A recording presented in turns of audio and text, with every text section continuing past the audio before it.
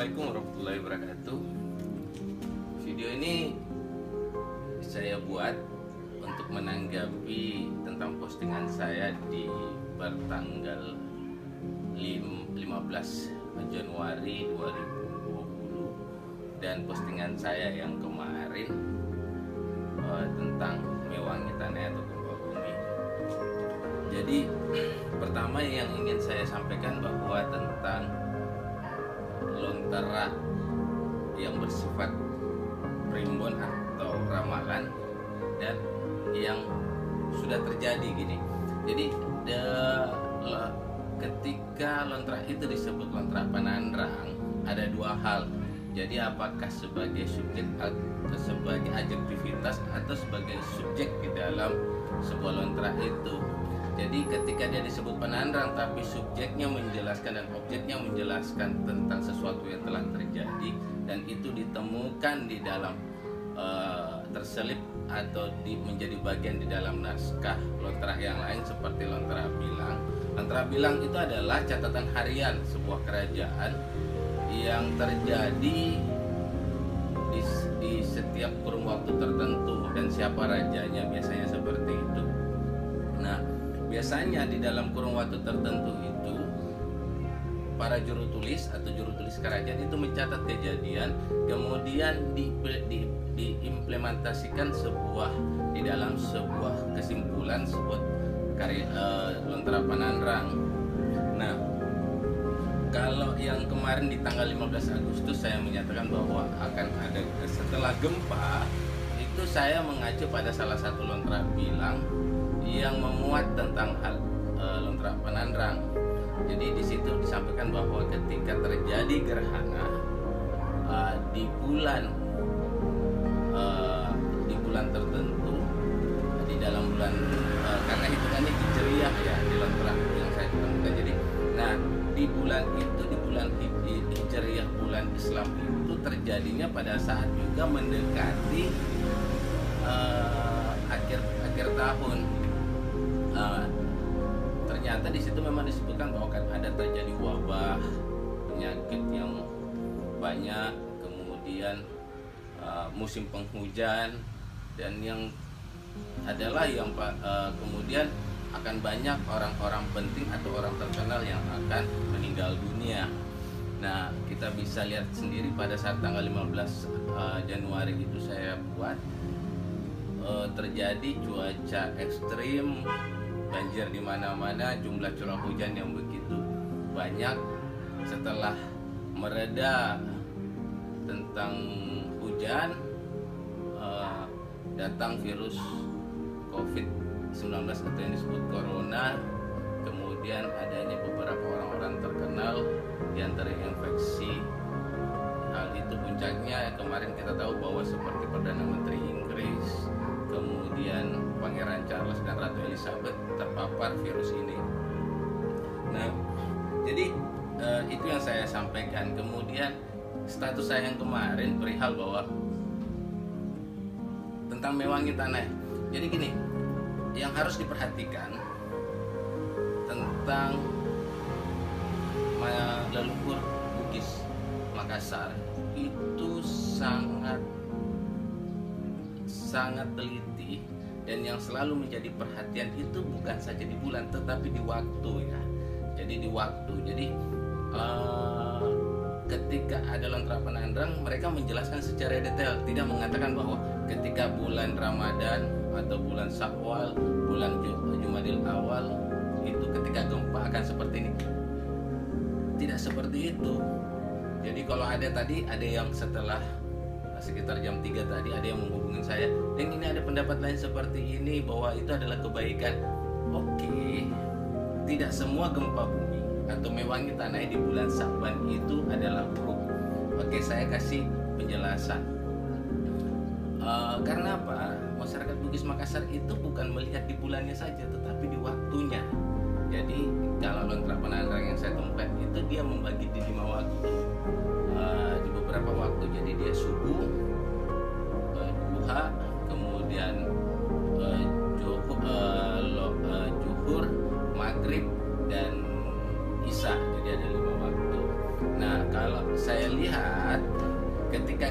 saya jelaskan ketika gempa bumi itu terjadi di subuh, di dalam naskah itu mengatakan seperti ini. Nareko mewangi tanai ribulas saban nariwetu subuhe maja. Jadi akan maja engkau mamusu tawe. Jadi di ketika bulan Saban itu terjadi gempa bumi di waktu subuh, itu akan terjadi peperangan di dalam kawasan itu.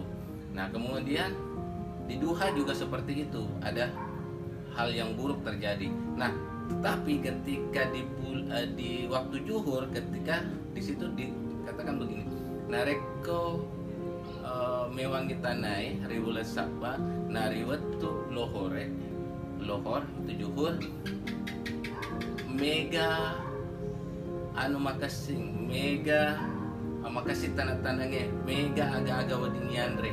Berarti ketika di bulan Saban kita terjadi gempa bumi dan itu di waktu zuhur, itu kemuliaan terjadi, kita diberkahi dengan bercocok tanam yang baik, kemudian makanan berlimpah. Tapi ketika kembali ke gempa bumi terjadi di maghrib dan kemudian terjadi di isya, itu semua keburukan. Jadi ketika teman tadi nelpon, saya katakan begini, ia semewangi tanai sedi dua itu makasih, tapi mega mejana. Jadi artinya seperti ini, bahwa tidak semua gempa bumi di setiap gempa bumi itu adalah hal yang pasti ada yang baik, 1-2 akan baik, tetapi pada umumnya lebih banyak keburukannya. Atau bahwa ketika kita beragama, kita diberi cobaan, kita harus lebih banyak bertawakal dan berserah diri kepada Allah. Jadi itu sebenarnya yang ingin saya sampaikan. Jadi karena banyak sekali yang masuk ke saya itu menanyakan seperti itu, ada pendapat lain. Saya bilang saya tidak menyalahkan pendapat lain atau bagaimana, tapi di sini saya ingin menjelaskan secara spesifik bahwa leluhur masyarakat Bugis Makassar itu bukan saja melihat bulan, tetapi waktu terjadinya kejadian tersebut. Jadi kalau jadi ada waktu subuh, duha, lohor dan maghrib. Jadi kita lihat di situ. Jadi tidak semuanya buruk. Jadi jangan menganggap ketika ada menghantam tentang kearifan lokal Bugis Makassar, ada baiknya Anda untuk melihat dan mempelajari kearifan lokal itu sendiri secara baik. Oh, seperti ini maksudnya. Jangan langsung menabrakkan kearifan lokal lain dengan kearifan lokal Bugis Makassar. Karena selama ini saya sebagai pemerhati budaya Bugis Makassar melihat kearifan lokal Bugis Makassar yang terbentuk di dalam sebuah naskah-naskahnya itu sangat luar biasa dan sangat teliti. Jadi itu yang ingin saya sampaikan agar lebih dipahami. Jadi kemudian ada yang mengatakan apa penangkalnya, Deng? Gini, saya kembali ya. Jadi setelah sudah jelas bahwa, nah kalau umpamanya gempa bumi itu terjadi di bulan Rajab misalnya, bulan Ramadan. Kalau Rajab itu kalau dia subuh terjadinya gempa bumi itu kebaikan. Tetapi ketika lepas subuh, ketika terjadinya duha sampai maghrib, itu keburukan. Di bulan Ramadan juga begitu, ada di waktu tertentu. Jadi harus dipahami bahwa leluhur manusia Bugis Makassar itu sangat teliti. Jadi jangan samakan dengan kearifan lokal lain yang lebih mungkin mengutamakan hanya bulan tapi tidak menjelaskan waktu. Karena orang Bugis Makassar itu sangat perhatian riwet tuh waktu. Jadi kemudian kembali ada yang bertanya bagaimana penangkalnya. Salah satu penangkalnya kemarin kalau yang dipostingan tanggal 15 perihal tentang penyakit dan hujan dan banyak orang penting yang akan meninggal. Dua poinnya saya akan hilangkan, terutama kita lebih ke wabah penyakit yang sekarang yang kita rasakan bersama-sama. Kita harus lebih banyak di rumah, jaga jarak. Jadi gini, kalau kita melihat kejadian-kejadian yang sempat saya posting tentang film dokumenter tentang virus mewabah yang di tahun 1818 itu sampai sekarang menjadi perdebatan bagaimana hal itu terjadi.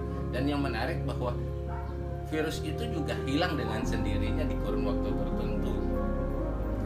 Dan itu juga terjadi di beberapa kejadian-kejadian lain. Perbedaannya seperti ini, di dalam mantra Panandrang itu mengatakan kita lebih banyak diperbanyak untuk tinggal di rumah. Kemudian saya melihatnya seperti di rumah, kemudian berserah diri kepada Allah, lebih banyak beribadah, kemudian adalah menjaga asupan makanan. Nah, di situ kita lebih, karena apa? Kalau saya melihat Mantra Panandrang itu lebih mengatakan bahwa kekebalan tubuh ini ketika virus penyakit akan datang, dia akan melakukan upaya untuk melakukan pembuatan secara biologis ketahanan tubuh kita sendiri, sehingga dengan sendirinya juga virus ini akan hilang, tergantung dari kondisi bagaimana tubuh kita beradaptasi dengan lingkungan yang terjadi saat ini. Sehingga dengan anjuran pemerintah 14 hari atau menambah beberapa hari tentang masa untuk lebih banyak di rumah, itu sebenarnya adalah untuk membantu kita untuk meningkatkan metabolisme tubuh, menjaga makanan, agar tubuh bisa melakukan membantu kekebalan tubuh terhadap virus-virus penyakit yang akan masuk. Jadi biarkan tubuh ini membangun dunianya sendiri, bahwa tubuh ini adalah semesta mikrobiologi. Itu yang terpenting, bahwa kita ini disusun dari mikrobiologi, dan mikrobiologi itu bukan jahat saja, banyak kebaikan di dalam diri mikrobiologi, dan itulah yang membantu kita bertahan dari serangan-serangan virus yang mematikan. Nah, kemudian apa penangkal lain seperti tombak yang saya sampaikan. Tombak sebenarnya karena saya lebih sarannya seperti ini. Kenapa tombak yang harus, atau tombak di dalam spesifik kejadian yang ada di Mantra Panandrang, bahwa ketika banyak virus atau banyaknya wabah penyakit atau segala yang akan menimpa kita saat ini, itu hal yang buruk bisa terjadi. Bisa saja kerusuhan atau perampokan atau apa, sehingga dengan mempersiapkan senjata yang ada di dalam rumah itu akan menjaga diri kita sendiri. Nah, kemudian apakah ada selain itu? Di dalam sebuah naskah Panandrang itu menjelaskan tentang parewa pabuka setang. Berarti ada sebuah jenis parewa besi yang bisa memberikan tentang mengusir hal-hal yang tidak nampak oleh mata. Mungkin saja juga termasuk virus, karena virus juga tidak nampak oleh mata dan itu tidak terlihat. Dan itu termasuk di kategori parewa pabuka setang. Dan biasanya yang saya ketahui dari sebuah naskah, beberapa naskah, virus pabuka setang itu biasanya berupa yang disebut, kalau kita pada umumnya di komunitas di Makassar itu disebut dengan sinangke. Jadi jenis sinangke itu adalah jenis yang dahulunya disebut sebagai parewa pabuka setang.